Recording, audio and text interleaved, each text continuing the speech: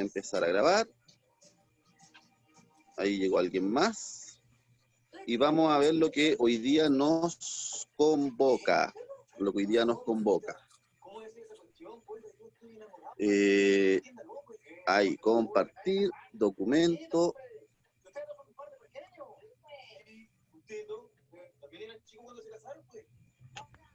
Retroalimentación.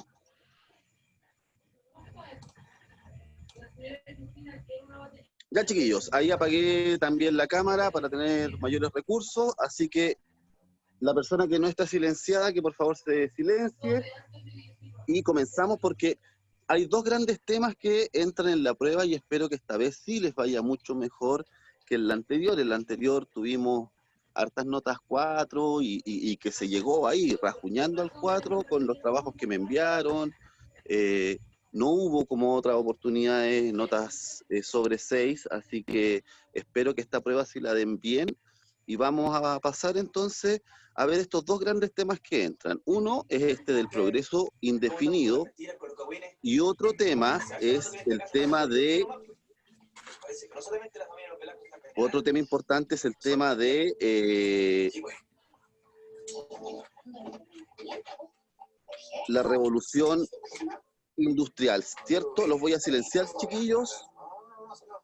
Ahí los silencié para que nos concentremos. Ahí viene entrando más gente, ya. Progreso indefinido. Acuérdense que estamos en pleno siglo XIX. Estos son los años 1800.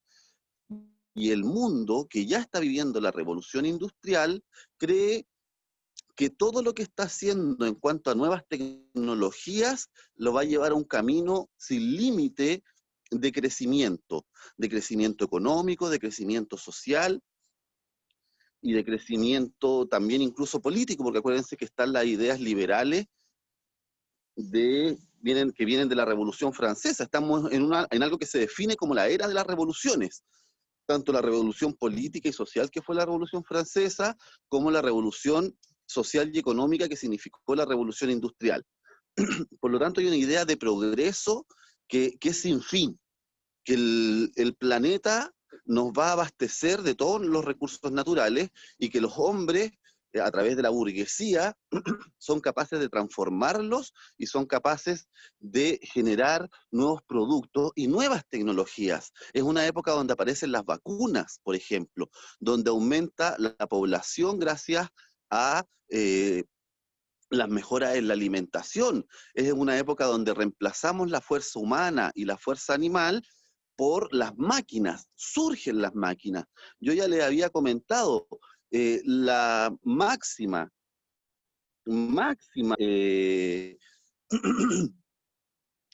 tecnología que existía en esta época era la rueda, eran los molinos de viento, los molinos de agua, pero no había una tecnología que permitiera fabricar productos para toda la población, productos, es decir, en serie, dejar atrás un poco la agricultura y dejar atrás la artesanía para ya tener una producción de manera eficaz, eficiente y que llegara a todo el mundo. Esto ocurre en este periodo del siglo XIX.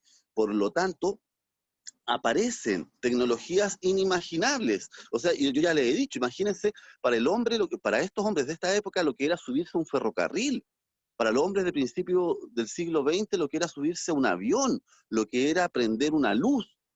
Todos esos avances se deben a la revolución industrial y se deben a esta idea de progreso indefinido, que fue lo que hemos visto en clases anteriores.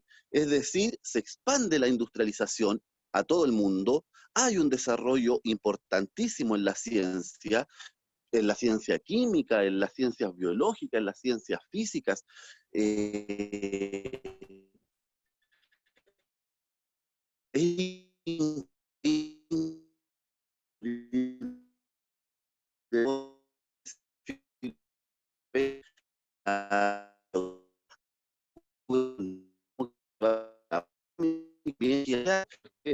Hacer que los electrones se separen de los núcleos, por lo tanto, poder manejar lo que vamos a conocer como la electricidad,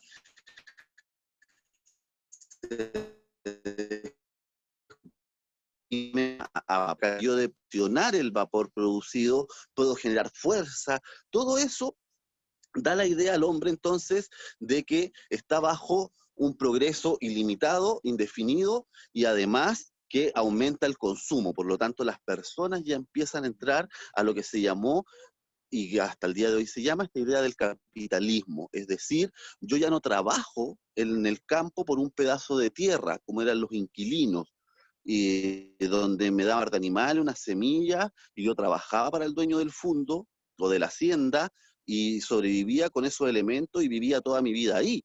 Eso ya empieza poco a poco a desaparecer y entra la idea de que a las personas se les paga con dinero. Y ese dinero, los mismos trabajadores lo usan en consumir lo que las mismas fábricas están produciendo. Por lo tanto, entra todo este círculo del capitalismo de yo recibo un sueldo a través de mi venta de fuerza laboral, pero ese sueldo que yo recibo lo gasto consumiendo los mismos productos que la fábrica o las otras fábricas también producen. Por lo tanto, ese es el capitalismo más duro. Es decir, el capital, el dinero, es lo que importa en esta época. Y empieza a importar y se viene hasta el día de hoy. Eh, la fascinación por la ciencia y la tecnología, como les digo, es una época donde se hacen muchas ferias mundiales, donde se muestran los nuevos inventos y la gente las va llevando hacia todo el mundo, porque la idea es que estos nuevos inventos permitan resolver problemas de la vida diaria. Y eso hace que se vayan extendiendo poco a poco alrededor del mundo y la ciencia se convierte en la nueva religión. O sea, todo tiene que ser validado por la ciencia. Y esa idea se va a mantener incluso hasta el día de hoy. Ustedes ven en la época que estamos viviendo, esto por ejemplo de la pandemia, ¿qué es lo que más ustedes ven en la noticia o han leído por ahí? Hay que hacerle caso a los expertos, hay que seguir lo que dice los epidemiólogos, hay que seguir lo que dicen los médicos, etcétera, etcétera. O sea, se le da una importancia a la ciencia que nunca había tenido antes. Así que eso es fundamental. Y esta idea del progreso ilimitado lleva a esto, que es el punto 2, que es la fe en el progreso.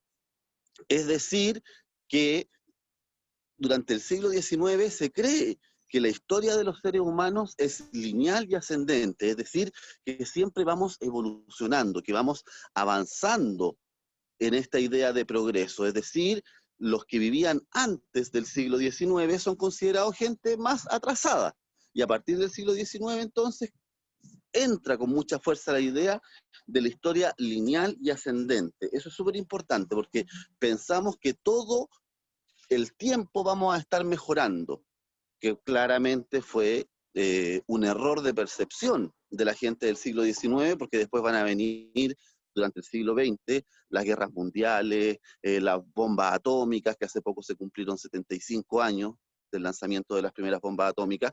Por lo tanto, esta idea de progreso ilimitado sufre un poco un freno a partir del siglo XX, pero durante el siglo XIX se pensaba eso, que el ser humano lo que hacía era evolucionar en cuanto a la historia, es decir, siempre lineal y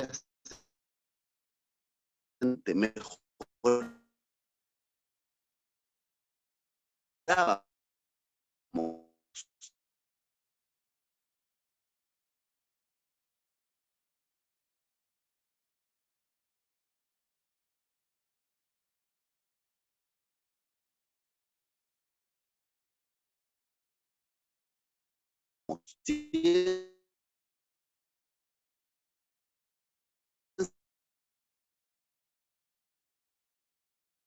la vida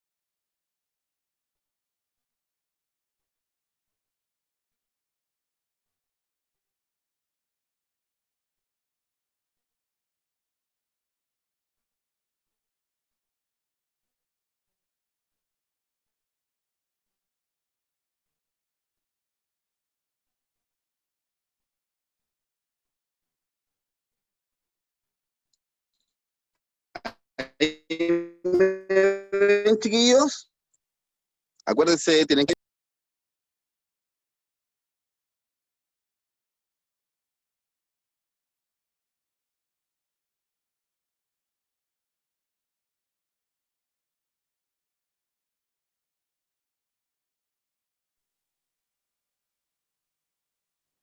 Ya, ¿ahí sí me están escuchando?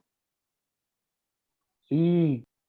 Ya, excelente, excelente. Ya, ven, me moví un poquito y se me fue la señal, pero ya, ahora estamos de vuelta, chiquillos. Así que voy a volver a mostrar la presentación y estábamos hablando entonces de esta idea de la fe en la ciencia,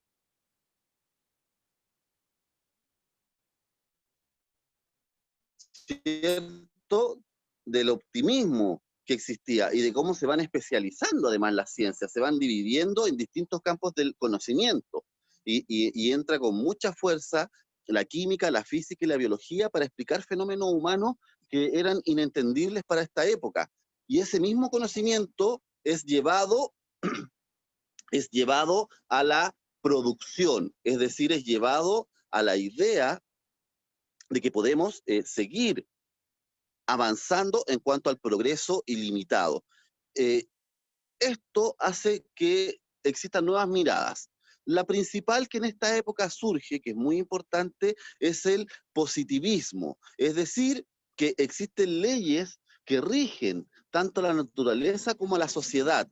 Por lo tanto, vamos cada vez avanzando más gracias a lo que la ciencia nos entrega. Época del surgimiento del marxismo, que fue una idea que dividió sobre todo al mundo en dos en el siglo XX, a partir de la Revolución Rusa, luego las guerras mundiales y finalmente la Guerra Fría, en la idea en que había una forma de reemplazar a este capitalismo que era muy injusto con las clases obreras. Y dentro de esa idea del marxismo ya no surge una idea de que la historia es lineal, sino que una historia que viene a ser como un resorte, que no es cíclica, pero sí que va avanzando, pero que en algunos momentos se producen caídas en la historia.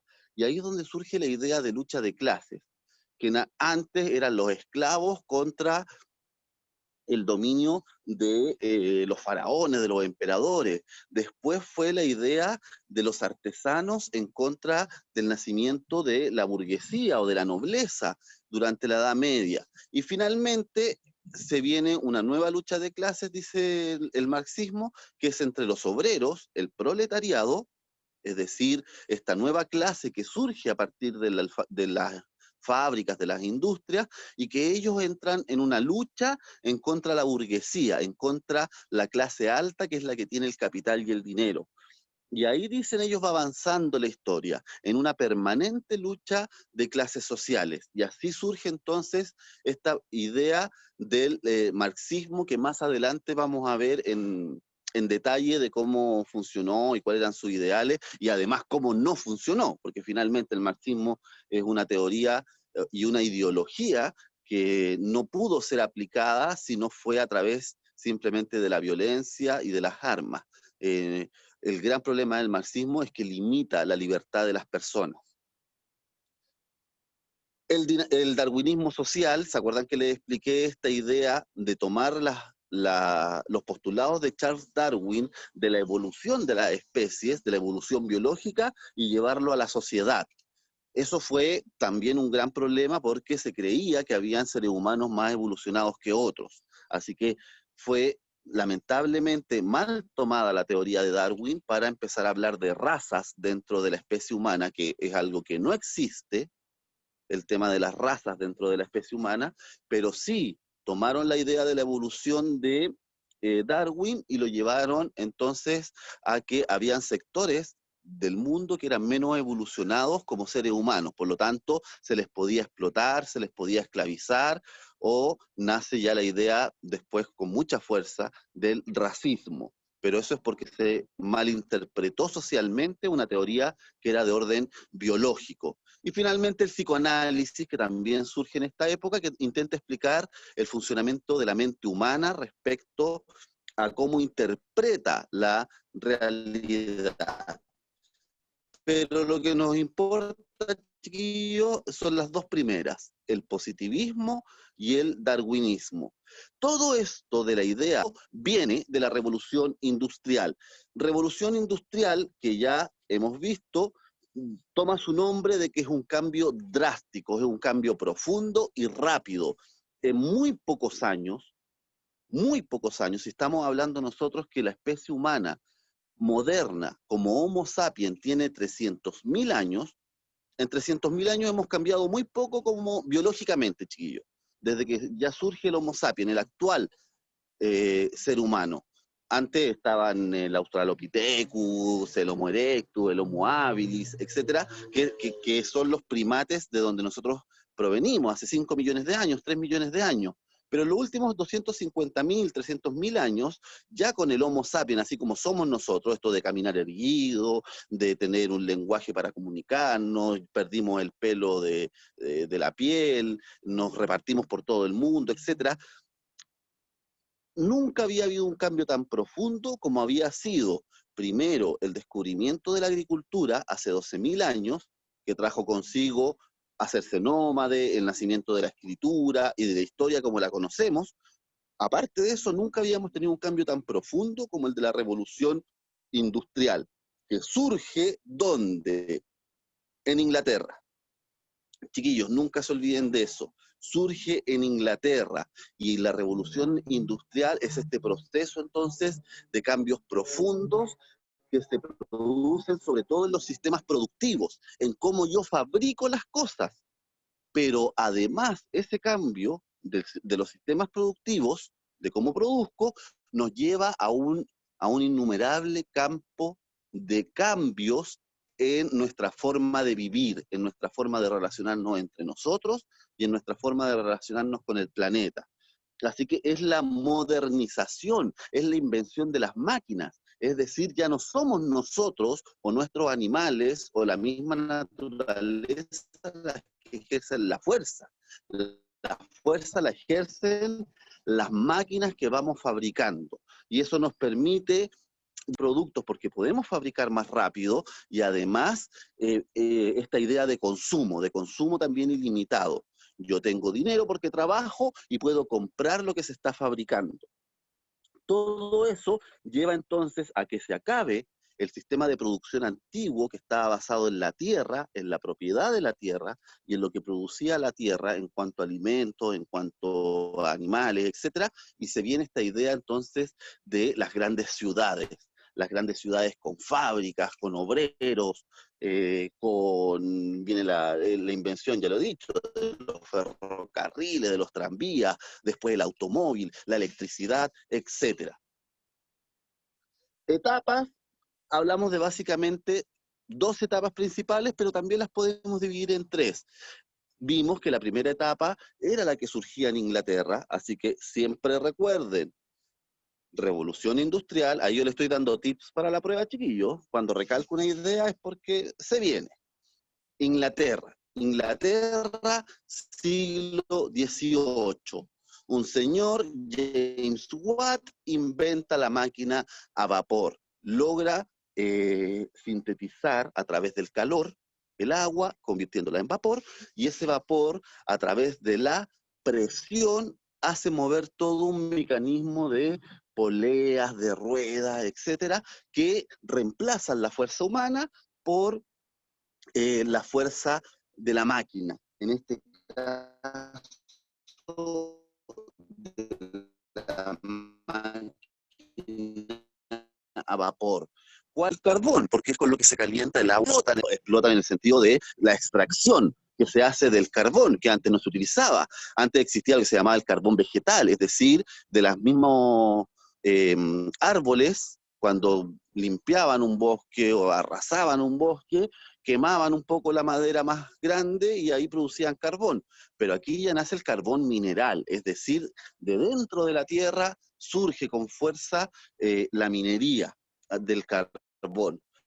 ¿Y qué es la industria que más sobresale en esta primera etapa con el vapor, con la máquina a vapor? Es la industria textil. Es decir, que transforma el algodón, que es una materia prima, que es una planta, transforma el algodón en hilo para luego transformarlo en ropa. Esa, aunque parezca raro, pero esa es la primera gran revolución industrial.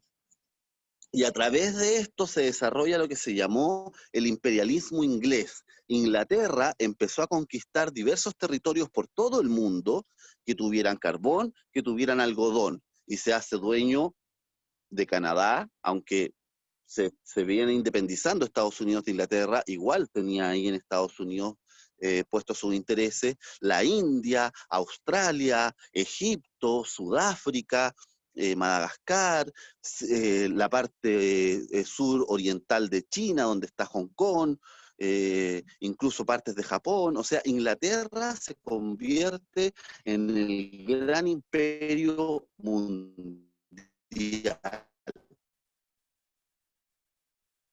en el gran imperio mundial. Después viene una segunda etapa.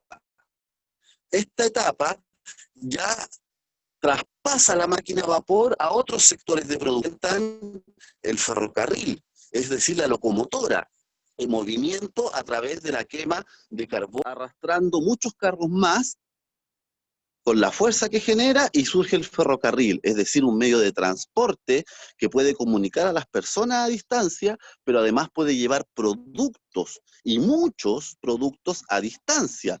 Imagínense si yo antes acá en Chile, un país pobre como vimos anteriormente, una colonia de las más pobres de España, para lograr un producto extranjero teníamos que esperar meses, años, que llegara un barco tirado por vela, por el viento, o que a través de animales, de bueyes, o de yeguas, o de burros, trajeran cosas de Argentina, o de Perú.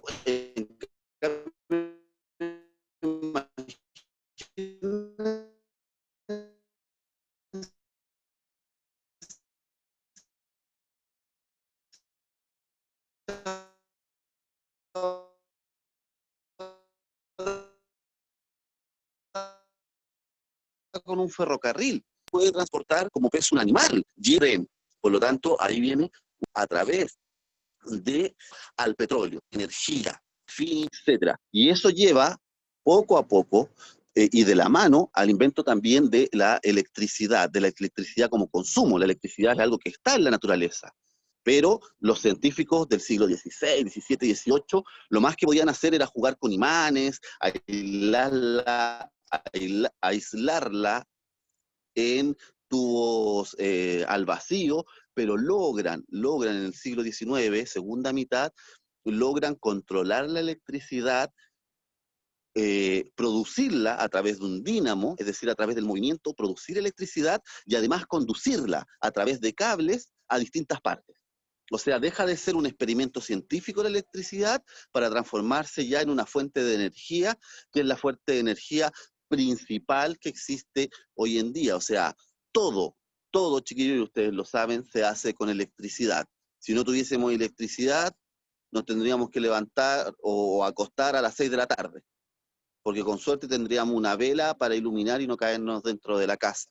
Pero la electricidad permite la vida, por ejemplo, nocturna, y las ciudades crecen enormemente, porque surgen los bares, surgen las fiestas, surge el cine, etcétera. La electricidad es también parte de la revolución industrial de una segunda etapa, pero que provoca un cambio social importantísimo. Además se inventa el automóvil, otra más de los cambios. Ya se deja atrás esta idea de que el vapor sea el que mueva, sino que es ahora un motor de combustión interna, es decir, todos los autos, todo lo que tenga un motor, chiquillos, funciona a través de una chispa que eh, logra la gasolina, es decir, el petróleo, hacer funcionar todos los mecanismos que mueven al auto.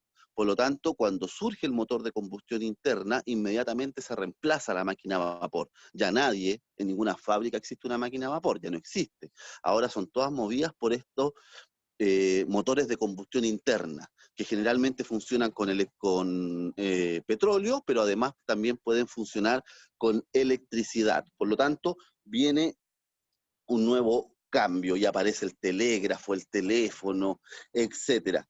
Y además se distribuye un poco el tema del imperialismo inglés y aparecen los alemanes, aparece Estados Unidos, aparece Japón, como las grandes potencias industriales de la época. Y finalmente, una tercera etapa que ya viene después de la Segunda Guerra Mundial, en los últimos 70 años, que es la revolución tecnológica.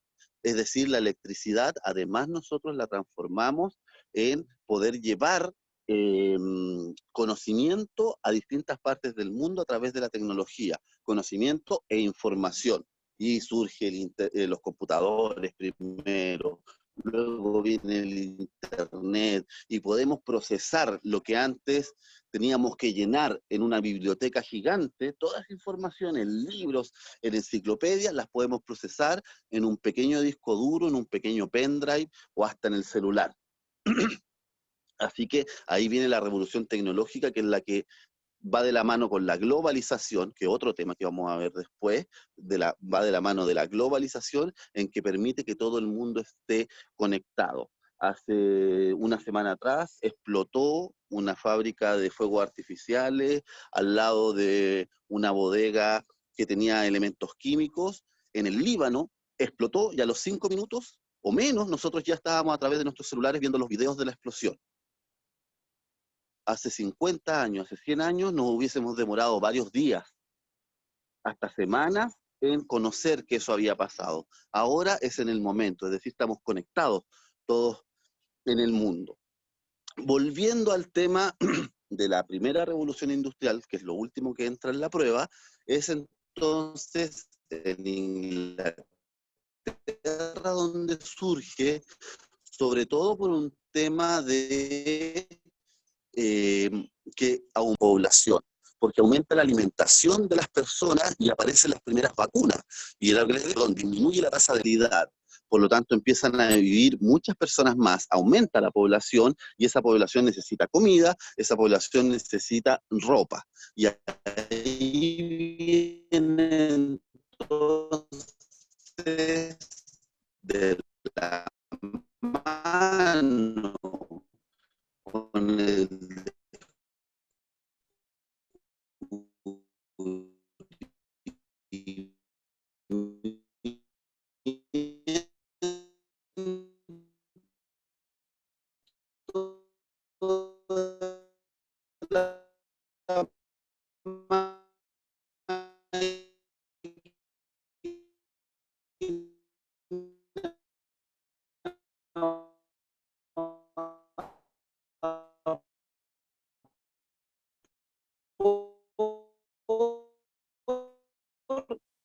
viene lo que conocemos como terra, porque mejora mucho, estaba baldía que se llamaba, es decir, tierra.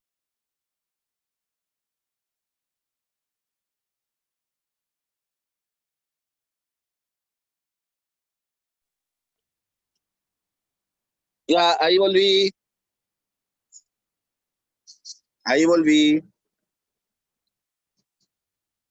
¿Me escuchan, cierto? Fue un segundo corte, ya Luis, ahí te vi. Fue un segundo corte comercial. Ahora volvemos, ahora volvemos. Nos quedan unos minutitos, chiquillos, para que terminemos de ver entonces esta idea de la primera revolución industrial, que es con lo que estamos cerrando. Y recuerden que una vez terminada la clase, pueden ingresar a dar la prueba a web. Está fácil, tiene 24 preguntas, si no me equivoco, y es de lo que estamos hablando ahora. También pueden revisar en YouTube los videos de las clases anteriores. En la producción de tierra, por lo tanto, un aumento de la población.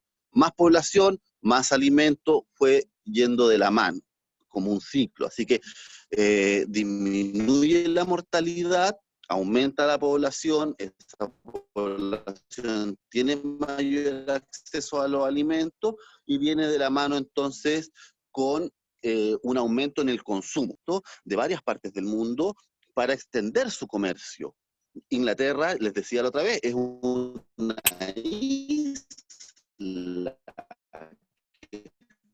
al norte de Europa, no a la cantidad de población que está surgiendo en el siglo XVIII.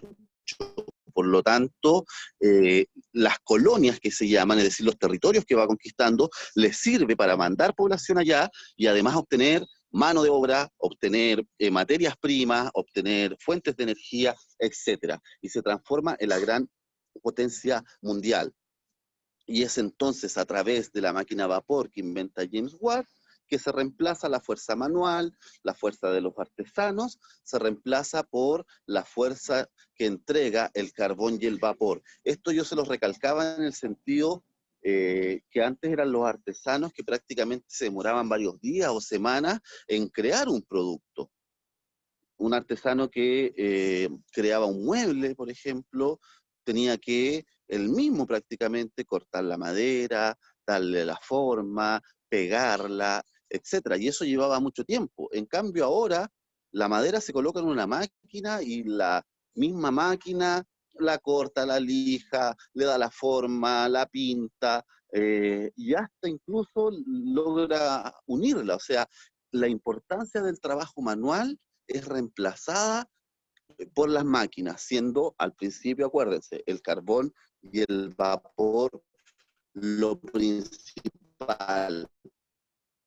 Así que pasamos de una industria donde se fabrica a mano, es decir, la manufactura, a una industria que se mueve a través de las fábricas, es decir, donde se especializa al obrero para que solamente tenga una responsabilidad dentro de la fábrica y no se esté moviendo haciendo todo él un mismo producto, sino que un obrero es el que maneja la máquina que corta la madera, el otro obrero es el que maneja la máquina que le da forma a la madera, el otro es el que maneja la máquina que lija la madera, etcétera, etcétera, etcétera. Entonces viene lo que se llama la producción en serie. Se produce mucho más y mucho más rápido. Por lo tanto, hay mucho más disponible para la venta, por lo tanto, aumenta el consumo. Y ese obrero, como recibe un sueldo, al final termina siendo el que consume lo mismo que fabricó o lo mismo que otros obreros fabricaron. Este es un poco cómo funciona el,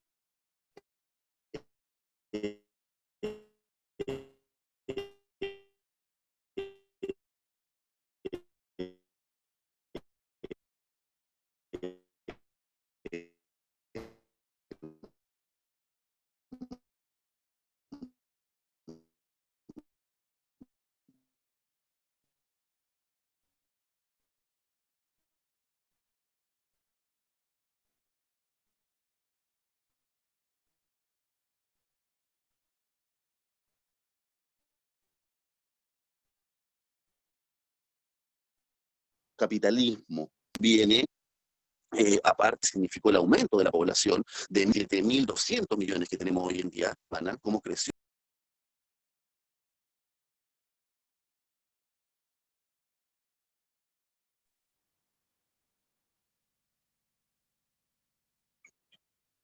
Repito, es una máquina la que hace todo el trabajo en el campo. Por lo tanto, esa gente del campo, ¿qué hace? Se va a la ciudad, se va a buscar trabajo en las industrias.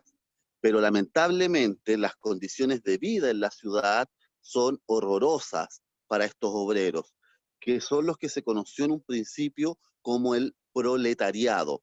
Es decir, aquellas personas que se dedican al trabajo industrial, en que sus casas están cerca de los barrios industriales, en las periferias de la ciudad y sin ningún tipo de condición higiénica, sin ningún tipo de condición mínima de vida, sino que viven sin alcantarillado, porque todo crece muy rápido, eh, viven sin los beneficios de la luz eléctrica, ni mucho menos, sino que ellos todavía viven como se vivía en el pasado, y además los sueldos son miserables, no hay derechos laborales, por lo tanto se trabaja 18 horas diarias, si tú no fuiste a trabajar porque te enfermaste no se te pagó el sueldo, si tú se te cortó una mano con la máquina, mala suerte, te fuiste a la casa y te moriste de hambre, tienes que llevar a tu hijo a trabajar porque te sirve como mano de obra también para cierto tipo de maquinarias que necesitaban manos más pequeñas, o en la minería que yo les contaba la otra vez de túneles que eran hechos intencionalmente a baja altura para no gastar tanto tiempo en llegar a una veta de carbón, eran hechos túneles a baja altura donde cabía un carro que era empujado por niños, porque no tenían que agacharse. Así que el trabajo infantil también es un gran problema de esta época y surgen las huelgas, los paros, mucha violencia, mucho asesinato de obreros y de ahí van a venir entonces a fines del siglo XIX y principios del XX los primeros cambios en legislación laboral y en derechos laborales que parten por respetar los descansos semanales, que se llaman, por ejemplo, el día domingo, los feriados, que parte con regular el horario de trabajo, que no sean 18 horas, sino que sean 8 o 9 horas, que regula la seguridad social, es decir, que yo tenga dinero para una licencia médica o para una jubilación, o el caso que tuviese un accidente. Pero eso viene mucho después, mucho después. Se demora un tiempo. Así que con esos chiquillos nosotros ya vamos terminando lo de hoy. Es lo que, denme un segundo, ahí, ahí sí. Eso más o menos, chiquillos, es lo que entra en la prueba que ya tienen cargada de hoy día. Cualquier duda, cualquier situación, ustedes saben, me escriben, sea al chat